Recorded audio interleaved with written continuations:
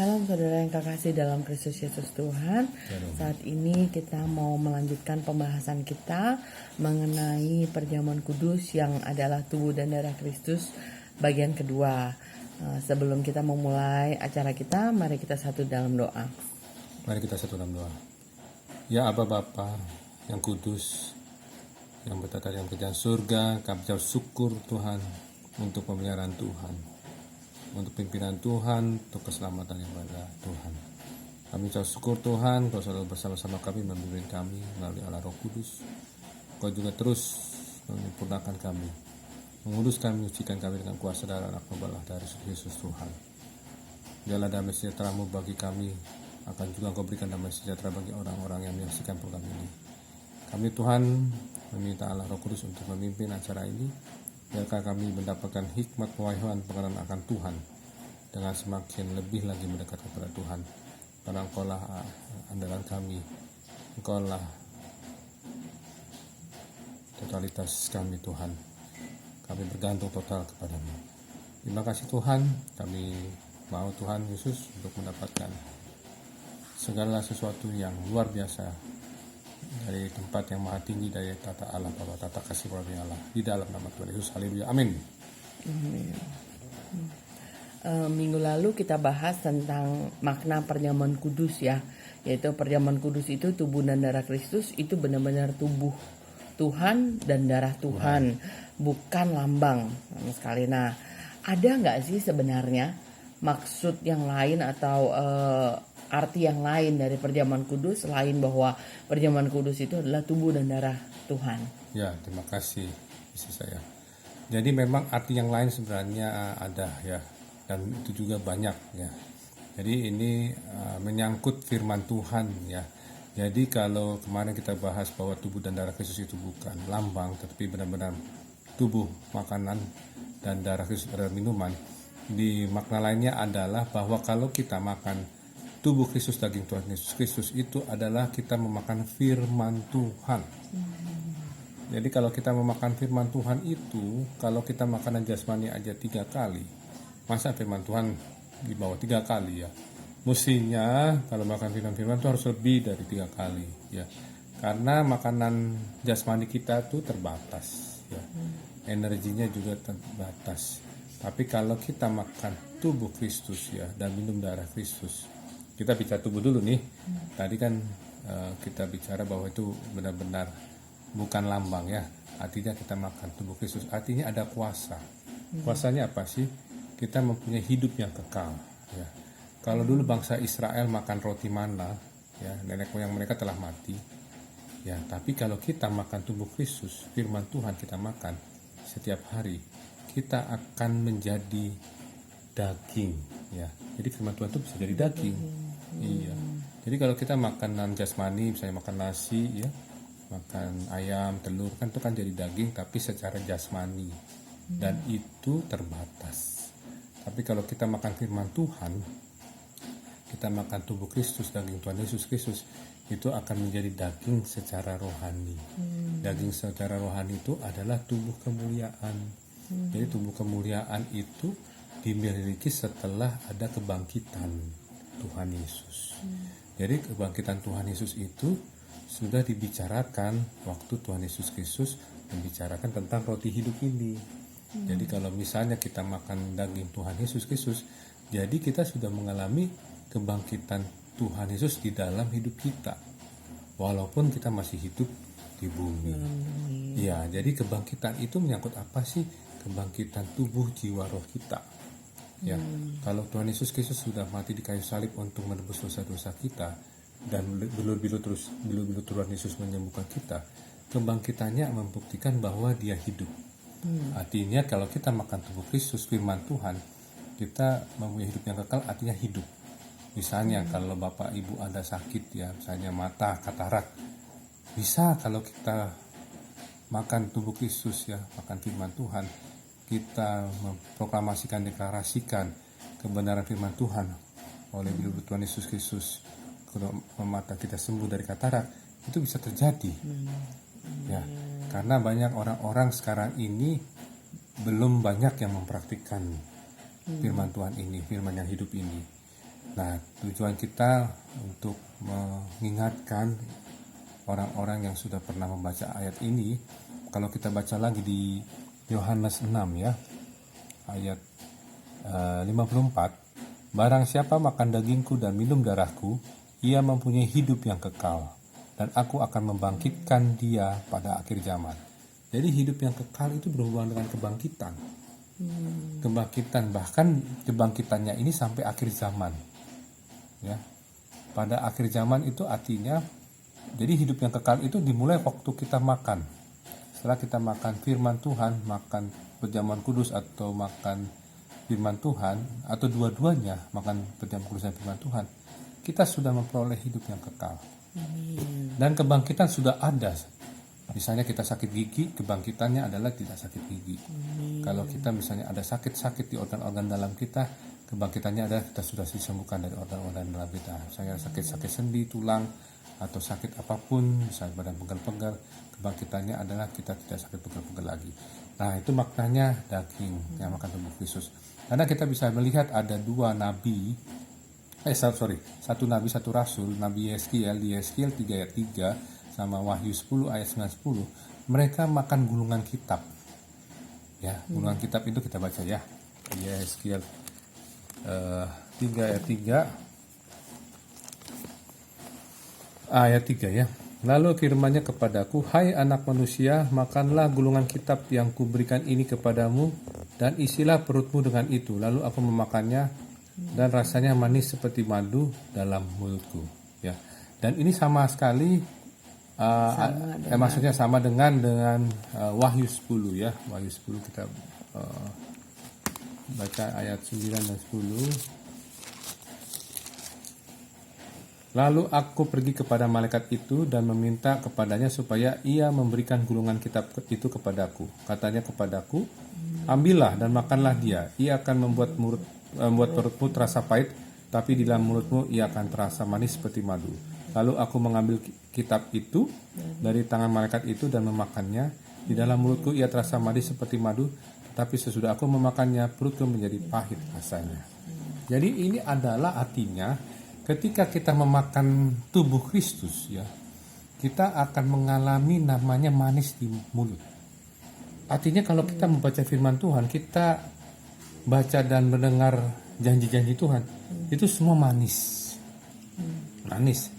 Janji kesembuhan manis, janji berkat manis, janji keselamatan manis, janji kemuliaan manis, janji keadilan manis. Ya.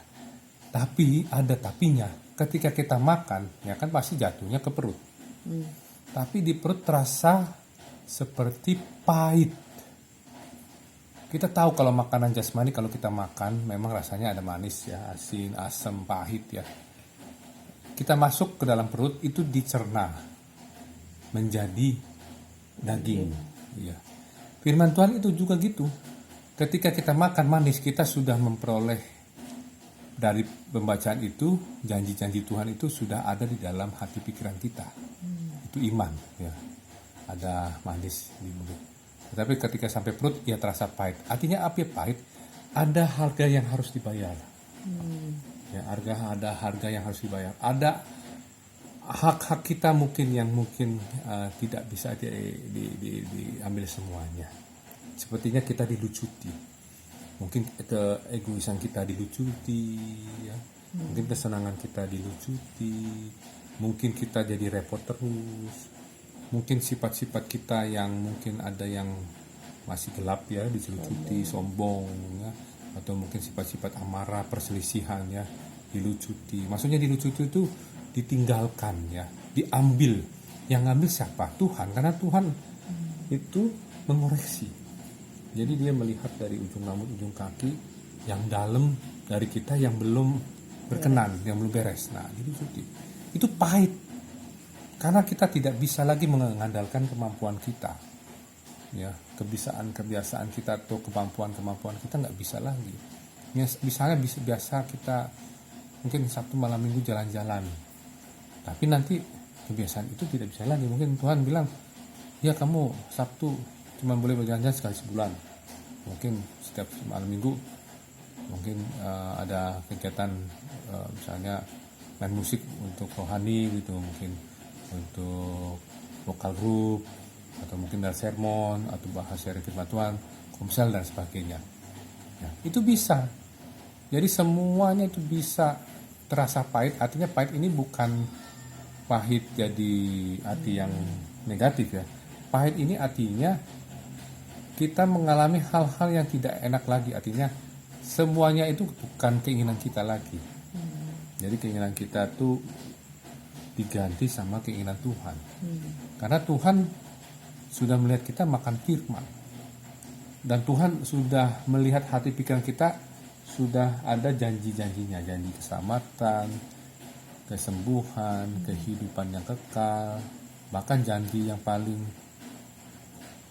yang lagi ini untuk hari-hari ini, akhir zaman ini, janji rapture. Ya, janji rapture itu kita dalam sekejap mata sudah diangkat, hilang gitu, ya, dalam awan kemuliaan Tuhan. Jadi diangkat dalam awan kemuliaan, dalam awan menyongsong Tuhan di angkasa. Itu ada di 1 Tesalonika 4 ayat 17. Jadi kita selama-lamanya bersama Tuhan. Itu janjinya. Tapi untuk meraih janji itu ada harga yang harus dibayar. Harus pay price. Ya. Mau nggak mau, ya. Kalau kita sudah punya komitmen kita mau makan firman Tuhan, harus pay price. Ya. Harus hati-hati, dunia ini tawarannya menyebabkan kita jauh dari Tuhan. Ya. Firman Tuhan itu diputer balikan sama iblis, ya. Sehingga urutan-urutannya yang depan jadi belakang, belakang jadi depan, sehingga manusia dibikin bingung. Atau iblis berusaha supaya firman Tuhan ini ditafsirkan sesuai kehendak dagingnya manusia. Jadi kalau kita makan firman Tuhan di perut pasir, itu daging akan menjadi daging yang tidak binasa. Ya, daging yang tidak binasa seperti ya, karena kita makan firman yang menjadi daging, dagingnya seperti Yesus. Makanya ada dibilang kita mau menjadi seperti Yesus setiap hari, makin hari seperti Yesus. Makanya mengikuti Yesus itu keputusan kita, mengikuti Yesus keputusan kita, dan kita tidak boleh ingkar, ya, karena dia satu-satunya andalan kita, junjungan hidup kita, dia yang menopang hari-hari kita, ya. Terpujilah Tuhan, karena hari demi hari Ia menanggung bagi kita. Yang nanggung hari demi hari Tuhan loh. Yang nanggung apa aja sih? Nanggung kelelahan kita, nanggung capek kita, nanggung kesedihan kita, nanggung putus asa kita, ya. Kita pasti manusia, masih setiap hari ada aja beban-beban yang tiap hari Tuhan tanggung loh. Terpujilah Tuhan, hari demi hari Dia menanggung bagi kita. Allah adalah keselamatan kita, Allah adalah keselamatan kita.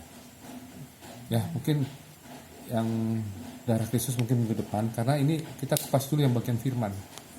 Ya, jadi carilah Tuhan, mengenallah Tuhan dengan cara baca Alkitab. Sebenarnya saya juga masih PR nih. Sebagai anak Tuhan, saya ngomong ini pedang roh juga ya. Pedang roh itu tajam juga ya, ke saya. Saya juga belum disiplin untuk baca Alkitab di siang hari. Kalau pagi sih sudah ya, kemarin sudah didisiplinkan. Cuman siang baca Alkitab pribadi belum, dulu ya gitu ya. Tapi sekarang mau disiplin lagi supaya apa? Kita cari banyak lebih lagi tentang Yesus setiap hari. Kita mungkin ada benteng-benteng pengetahuan kita, benteng-benteng kekuasaan kita. Nanti Tuhan singkirkan itu semua. Karena itu tidak mengganggu kuasa Tuhan bekerja atas kita.